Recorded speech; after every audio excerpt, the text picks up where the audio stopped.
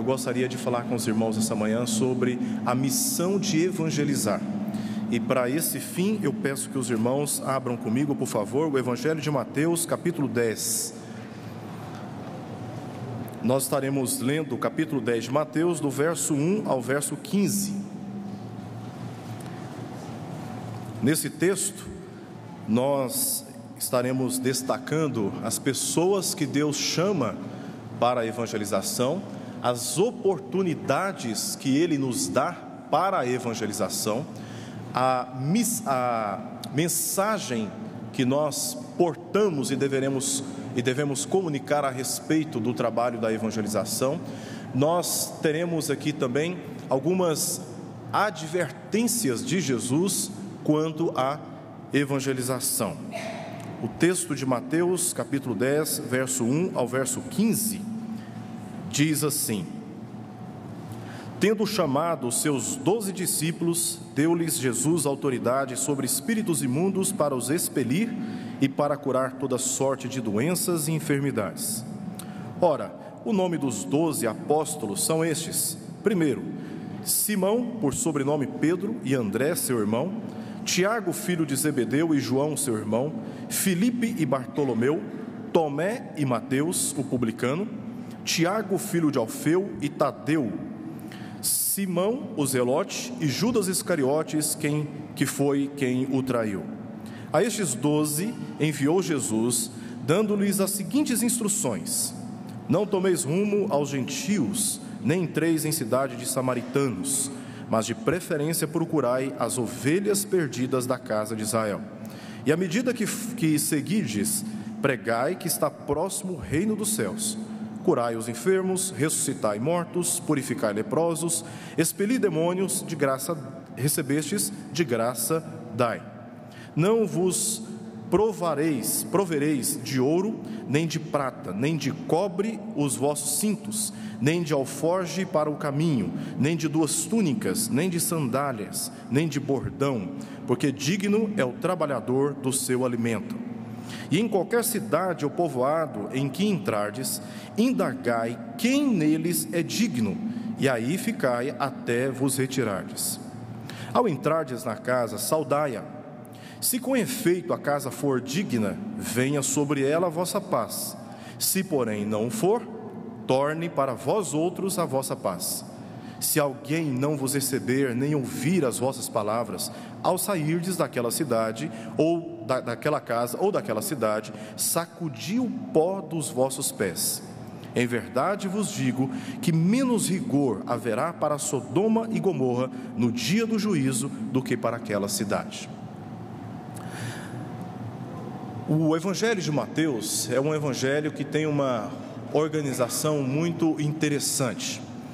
Na primeira parte do Evangelho de Mateus, capítulo 1 ao capítulo 4, nós temos um fundo histórico que mostra a origem divina de Jesus. A genealogia de Jesus, o nascimento de Jesus, o precursor do ministério de Jesus, o batismo de Jesus e também a tentação em que Jesus foi submetido. Tudo provando historicamente a origem divina de Jesus. A partir desse momento, capítulo 5 ao capítulo 7 do Evangelho de Mateus, nós temos o chamado, o conhecido Sermão da Montanha, ou as Bem-aventuranças, em que Jesus chama para perto de si os seus discípulos, que ele acabara de chamar, e então passa a instruí-los com respeito à lei, como a lei estava sendo interpretada por Jesus de maneira correta. Ele instrui os seus discípulos nessa lei. É uma aula teórica. Os discípulos naquele momento tinham apenas que ouvirem aquilo que Jesus estava comunicando. Mas a partir do capítulo 8 ao capítulo 9, nós temos uma outra etapa da relação de Jesus com os seus discípulos. É quando Jesus demonstra com a sua vida como aqueles princípios que ele havia acabado de ensinar se aplicavam na prática. Então eles haviam ouvido, agora eles precisavam ver como se colocava na prática aquele discurso que Jesus havia feito. Na terceira etapa da relação de Jesus com os seus discípulos, começa no capítulo 10 de Mateus. Eles tinham ouvido e tinham visto, agora eles precisavam fazer. Então, do capítulo 10 ao capítulo 20 de Mateus, o que Jesus vai fazer? Jesus vai sair com seus discípulos e eles então são expostos a experiências a respeito das quais eles já haviam ouvido e também visto em Jesus. Então, o capítulo 10 começa dizendo: tendo chamado os seus 12 discípulos, deu-lhes autoridade.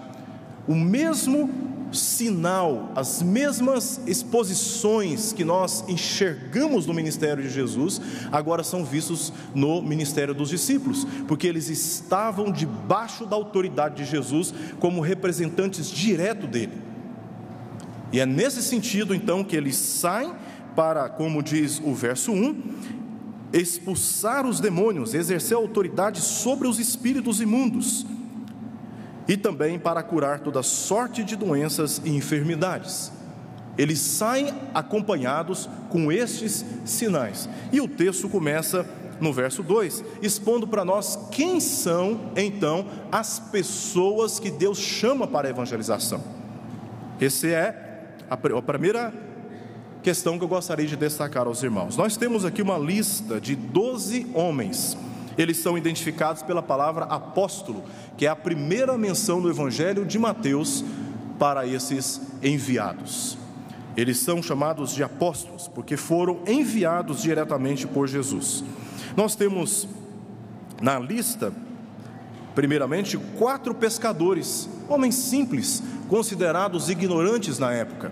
E Jesus, então, chama esses homens. Nós temos na sequência, verso 3, Filipe, aquele a respeito de quem demonstrou, na escritura, na narrativa de João, aquela ansiedade. Jesus estava falando tanto a respeito do Pai, e ele num certo momento disse: Senhor, mostra-nos o Pai, isso nos basta.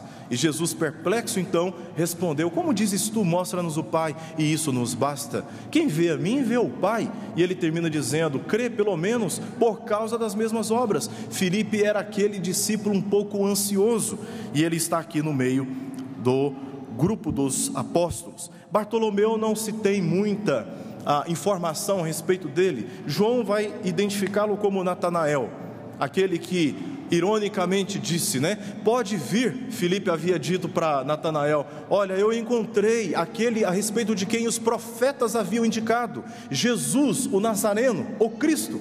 E ele então disse: pode vir alguma coisa boa lá da Galileia. A magnitude do ministério do Messias na cabeça de Bartolomeu era algo que não poderia ser imediatamente associado com uma região tão simples, tão pobre. No entanto, ele está aqui entre os apóstolos. Tomé, um tanto receoso, está aqui também. Mateus, o publicano, coletor de impostos, que muitas vezes nós vemos Jesus sendo questionado porque ele estava no meio de publicanos. E no grupo dos apóstolos havia um publicano chamado pelo próprio Jesus. Tiago, filho de Alfeu, Tadeu, Simão o Zelote, um esquerdista partidário, estava ali no meio dos apóstolos, e Judas Iscariotes, que foi quem traiu Jesus. Veja a composição desse grupo, e foi justamente esse grupo que Jesus chamou para a tarefa da evangelização.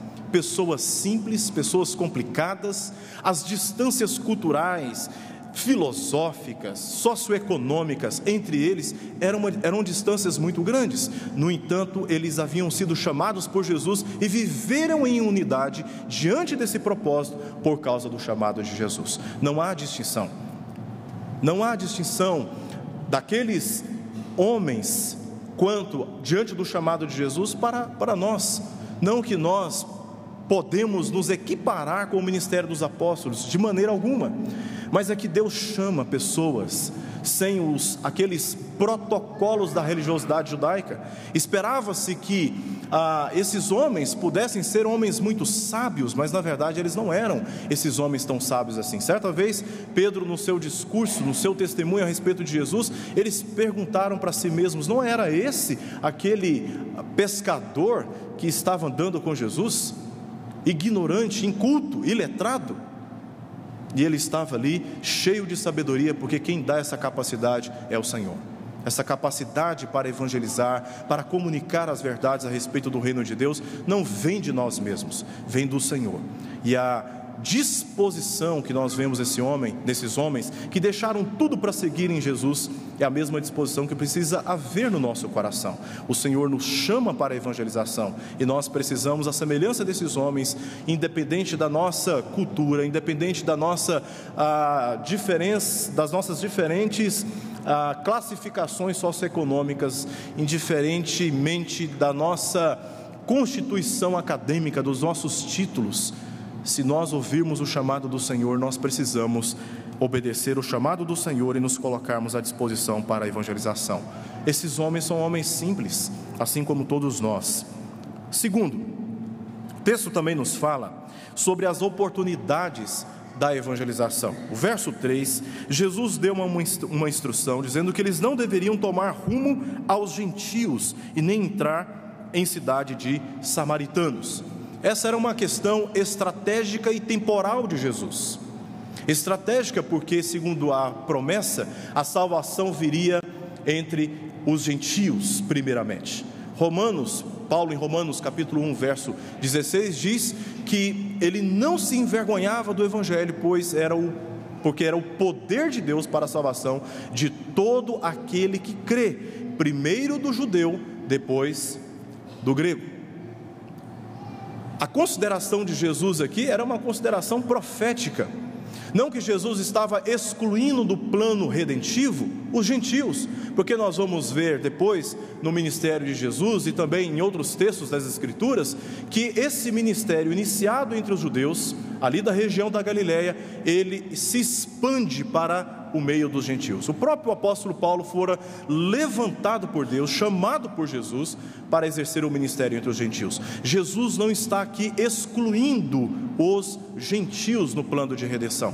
Ele mesmo, o apóstolo Paulo, capítulo 3, verso 28 de Gálatas, diz que não pode haver judeu e grego, escravo ou liberto, nem mesmo homem e mulher, porque todos nós somos um em Cristo Jesus. As Escrituras consideram que a salvação ela se estende não apenas para os judeus, mas também para os gentios. Essa era uma questão estratégica, que nós encontramos coincidência em Atos capítulo 1, verso 8, quando diz que os discípulos deveriam descer para Jerusalém e esperassem então o derramamento do poder do Espírito Santo sobre eles, a fim de testemunharem as grandezas de Deus. É o que o Pedro vai dizer mais à frente. Era uma questão estratégica, começando de Jerusalém até os confins do mundo. E isso reserva para nós um princípio muito importante. Nessa semana eu vi uma frase que foi destacada pela nossa missionária, Mônica Mesquita, que trabalha com a PMT em São Paulo. O reverendo Ronaldo Lidório, ele estava dando um curso nessa semana em São Paulo, e ela destacou uma frase e colocou no Facebook, e eu dei uma repercussão a essa frase atribuída a ele, dizendo que a igreja que sai para o outro lado da rua é a igreja que sai para o outro lado do mundo. E de fato, se nós não formos capazes de demonstrarmos compromisso nas pequenas coisas, certamente é porque nós ainda não estamos preparados para compromissos maiores. Se nós não somos capazes de administrar o pouco, então o muito para nós será realmente muito, a ponto de nós não conseguirmos administrar. E o desafio que nós temos como igreja não é ignorar o aspecto da missão transcultural numa perspectiva mais distante da nossa realidade político-geográfica, mas é de sermos fiéis naquilo que o Senhor tem nos concedido. Onde nós estamos é o lugar para onde o Senhor nos designou a testemunharmos o Evangelho do Senhor Jesus. E hoje de manhã nós, entre aspas, sairemos para o outro lado da rua, e queira Deus, na sua graça, permitir que cresçamos também numa perspectiva transcultural. Os discípulos então são instruídos quanto a uma estratégia oportuna e também temporal de pregar o Evangelho. Em terceiro lugar, verso 7, nós temos aqui uma referência quanto à mensagem da evangelização. Diz o verso 7 que eles deveriam pregar que está próximo o reino dos céus. Essa é uma mensagem redentiva e também de esperança, que traz uma expectativa de redenção e traz também uma esperança viva aos corações. No ano passado eu estava conversando com um missionário e ele estava me dizendo quais as estratégias que ele estaria utilizando lá na África. Ele estava saindo para a África e ele começou a expor como era essa estratégia de cordas. E aí ele falou de que você sobe, que você desce, que você joga a corda não sei para quem, e foi falando e foi expondo, e foi realmente fantástico aquele trabalho envolvendo cordas. E eu atentamente fiquei ouvindo até o momento que eu não identifiquei como o evangelho seria proclamado. E eu perguntei para ele: muito bom, muito legal esse trabalho, mas como através disso você vai comunicar o evangelho? Como através disso Jesus será exposto no lugar para onde você está indo? Aí ele ficou um pouco assustado, e eu percebi que ele havia se preparado muito para algumas coisas realmente interessantes, mas para aquilo que era o essencial, que era a proclamação do reino de Deus, o evangelho de Jesus, ele não estava muito preparado. E eu fiquei estarrecido com o fato de um missionário sair do Brasil com a sua família, com todas as despesas, com todas as implicações de adaptação numa outra cultura, sem ter claramente uma estratégia tangível, clara, quanto à proclamação do evangelho. Os discípulos, eles foram chamados por Jesus, eles receberam de Jesus, num segundo momento, uma instrução quanto à estratégia e oportunidade desse trabalho, e agora eles são instruídos quanto à mensagem que eles deveriam proclamar: é o reino de Deus. E nós precisamos tomar muito cuidado, porque no momento da evangelização podemos ser distraídos por discussões a respeito dos escândalos da igreja, por discussões com respeito às políticas que estão sendo praticadas pelos nossos representantes no Brasil. Podemos nos distrair nessa saída evangelística, discutindo a respeito de futebol, discutindo sobre muitas coisas, sendo que o principal motivo de nós estarmos ali é de falarmos a respeito de Jesus. E Jesus aqui dá uma instrução para os discípulos que é a mesma mensagem que nós encontramos no ministério de João Batista e que nós encontramos no início do ministério também de Jesus. E agora esta responsabilidade é colocada também sobre os discípulos. Eles deveriam pregar que está próximo o reino de Deus, e isso envolve arrependimento. Sem arrependimento não há conversões genuínas. Nós sairemos hoje não apenas para distribuirmos o cada dia, mas oportunamente também falarmos a respeito de Jesus e chamarmos as pessoas a viverem uma vida de arrependimento diante do Senhor. Em quarto lugar, nós temos aqui agora os sinais deste ministério. Diz o verso 8: curai os enfermos, ressuscitai os mortos, purificai leprosos, expeli demônios, de graça recebestes, de graça dai. Veja a ordem: primeiro eles são instruídos quanto à mensagem, depois quanto aos sinais que darão validade, que darão credibilidade àquela mensagem, e não o contrário. Nós pregamos o evangelho e os sinais seguem a pregação do evangelho, porque o que nós vemos hoje em dia são pessoas realizando supostamente sinais para que através dos sinais possam crer em Jesus, quando na verdade quem segue quem aqui são os sinais e não a pregação do evangelho. A pregação do evangelho, o anúncio a respeito de Jesus Cristo é o principal motivo, e é ele que deve nortear todas as estratégias, todos os planejamentos que envolvam a evangelização, e não a expectativa em sinais. Os sinais têm o propósito aqui de afirmar que aquela mensagem naqueles dias era realmente uma mensagem verdadeira e que se podia colocar confiança nela. Esse era, portanto, o principal motivo desses sinais, e esses sinais acompanharam os discípulos. Lendo depois, parte desses sinais acompanharam os discípulos naqueles dias, e depois da ressurreição de Jesus, nós vemos esses sinais acompanhando os apóstolos também. Apóstolo Pedro e o apóstolo Paulo principalmente. Nós temos até aqui as pessoas que Deus chama para a evangelização, pessoas como eu, como você. Nós temos aqui a estratégia que Jesus nos dá para a evangelização, estrategicamente e temporalmente, começando em Jerusalém até os confins da terra, começando entre os judeus até os confins da terra. Da mesma forma, temos a responsabilidade de começar a evangelizar pessoas onde nós estamos. Depois, Deus, na sua graça, se for essa a sua vontade, nos enviará para outros lugares. Eu fico muito receoso quando alguém chega a mim dizendo: pastor, eu gostaria muito de sair para o projeto Sem Fronteiras. Na hora eu fico procurando qual o testemunho que a pessoa tem aqui em Goiânia, dentro da nossa comunidade, sobre evangelização. Porque se não evangeliza aqui, se não dá provas de evangelização aqui, se não demonstra paixão pela evangelização aqui, amor por aqueles que estão perdidos aqui, como poderá demonstrar numa realidade onde as dificuldades são maiores?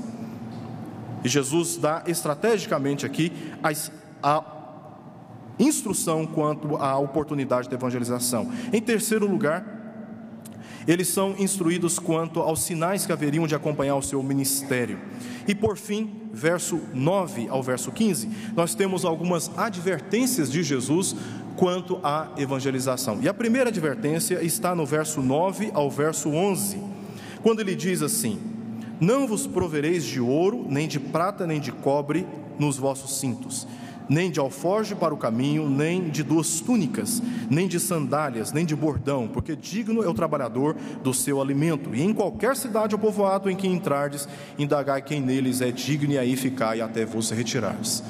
Primeira instrução, primeira advertência que Jesus dá aqui aos discípulos diz respeito ao desapego às coisas materiais. Não que nós temos que abandonar as nossas responsabilidades profissionais, mas é que nós devemos nos desapegar de um excessivo apego quanto às questões materiais, até o momento em que estas coisas nos seduzem mais do que a nossa missão. Nós devemos então perceber a necessidade de desapego.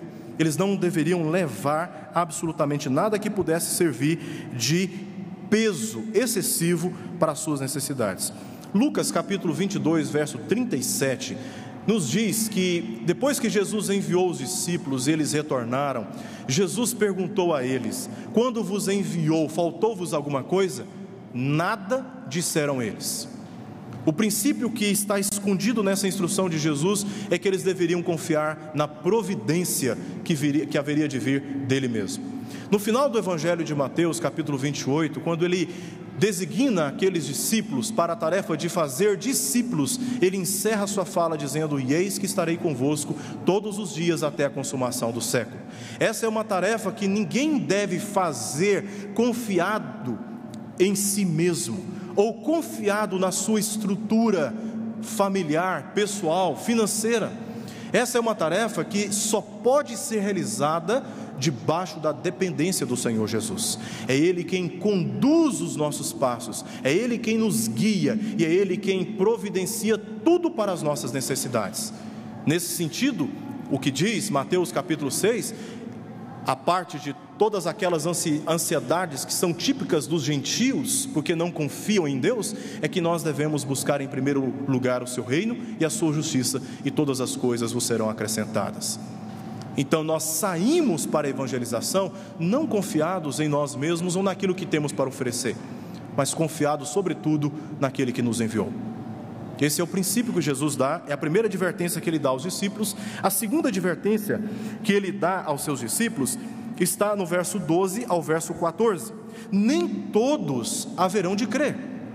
É a advertência que ele dá. Verso 12 diz: ao entrardes na casa, saudai-a. Se com efeito a casa for digna, venha sobre ela a vossa paz. Se porém não for, torne para vós outros a vossa paz. Verso 14: se alguém não vos receber, nem ouvir as vossas palavras, ao sairdes daquela cidade, daquela casa ou daquela cidade, sacudi o pó dos vossos pés. A segunda advertência que Jesus dá aos discípulos aqui é que nem todos vão receber a paz.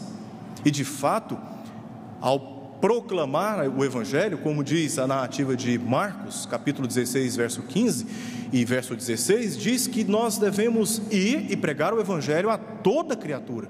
Quem crer e for batizado é que será salvo. Então o Evangelho é uma mensagem que nós anunciamos a todos, porém aqueles que serão salvos não serão todos, apenas parte dessas pessoas que, segundo os desígnios eternos de Deus, Ele sabe muito bem, e essas pessoas serão eficazmente chamadas das trevas para a sua maravilhosa luz. Então nós pregamos o Evangelho a todos. É certo que alguns haverão de fechar as portas para nós, é certo que alguns nos receberão com antipatia, é certo que alguns serão irônicos, cínicos e deselegantes conosco. Mas no meio dessa tarefa, muitos ouvirão o Evangelho do Senhor Jesus, e Deus, na sua graça especial, haverá de converter esses corações. E nós não podemos sair na expectativa de que o nosso trabalho terá 100% de êxito, porque não haverá. Não haverá. Quantas e quantas oportunidades Deus já me concedeu para pregar o Evangelho, e fui maltratado, fui mal recebido. Mas quantas oportunidades Deus me deu, e que eu pude ver que no meio dessas rejeições, há muitas pessoas que ouvem o Evangelho, e sobre essas pessoas, a paz que está sendo anunciada repousa sobre elas. E pessoas são convencidas pelo Espírito Santo, e passam a seguir o Evangelho do Senhor Jesus, inúmeras vezes. E nós devemos ter a expectativa correta quanto à evangelização. E essa segunda advertência de Jesus nos instrui quanto a isso. Se eu tivesse o poder de salvar alguém, a primeira pessoa que eu salvaria seria o meu pai, que infelizmente eu não tenho meu pai ainda convertido ao Senhor Jesus. Infelizmente não tenho. E eu gostaria muito de ver o meu pai entrando pelas portas celestiais.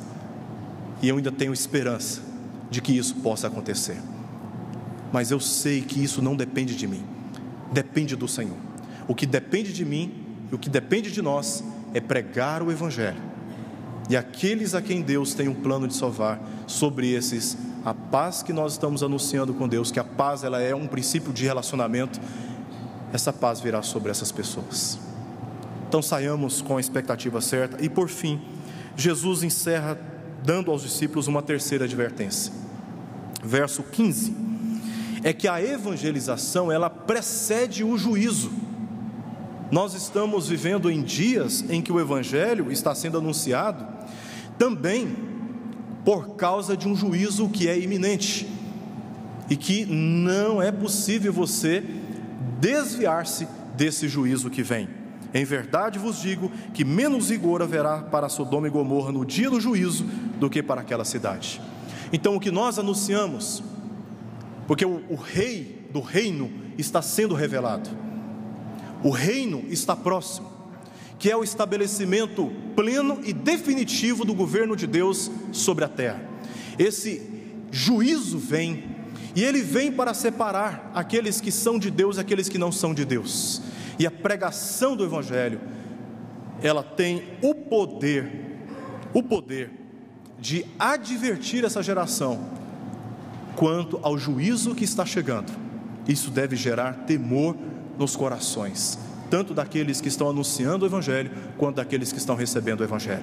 Jesus está voltando, e não há nada que possa impedir o retorno do Senhor Jesus. E quando Ele vier, não haverá mais tempo para invocar o seu nome. O tempo e a oportunidade para invocar o nome do Senhor Jesus, é esse tempo que o Senhor nos deu. E nesse tempo, o Senhor Jesus chamou a mim e chamou a você para pregarmos o Evangelho, pregarmos que está próximo o reino dos céus, porque o juízo, ele está para chegar, o rei está para chegar, e todos os sinais do nosso tempo, desde a ascensão de Jesus, apontam para o fato de que a qualquer momento Jesus estará voltando. Então Jesus, nesse texto, nos fala sobre as pessoas que Ele chama para a evangelização. Ele fala também sobre a oportunidade, a estratégia que Ele dá aos discípulos e também a nós sobre a evangelização. Ele dá também a instrução quanto à mensagem da evangelização. Ele fala também sobre os sinais que acompanham essa mensagem. E ele encerra essa instrução dizendo algumas advertências aos discípulos quanto à tarefa da evangelização. Desapego às coisas materiais. Nem todos serão salvos quando proclamarmos o Evangelho. E o juízo precede. A evangelização precede o juízo. É isso que o Senhor nos instrui nessa manhã, para a tarefa que nós haveremos de fazer também nessa manhã. Vamos orar.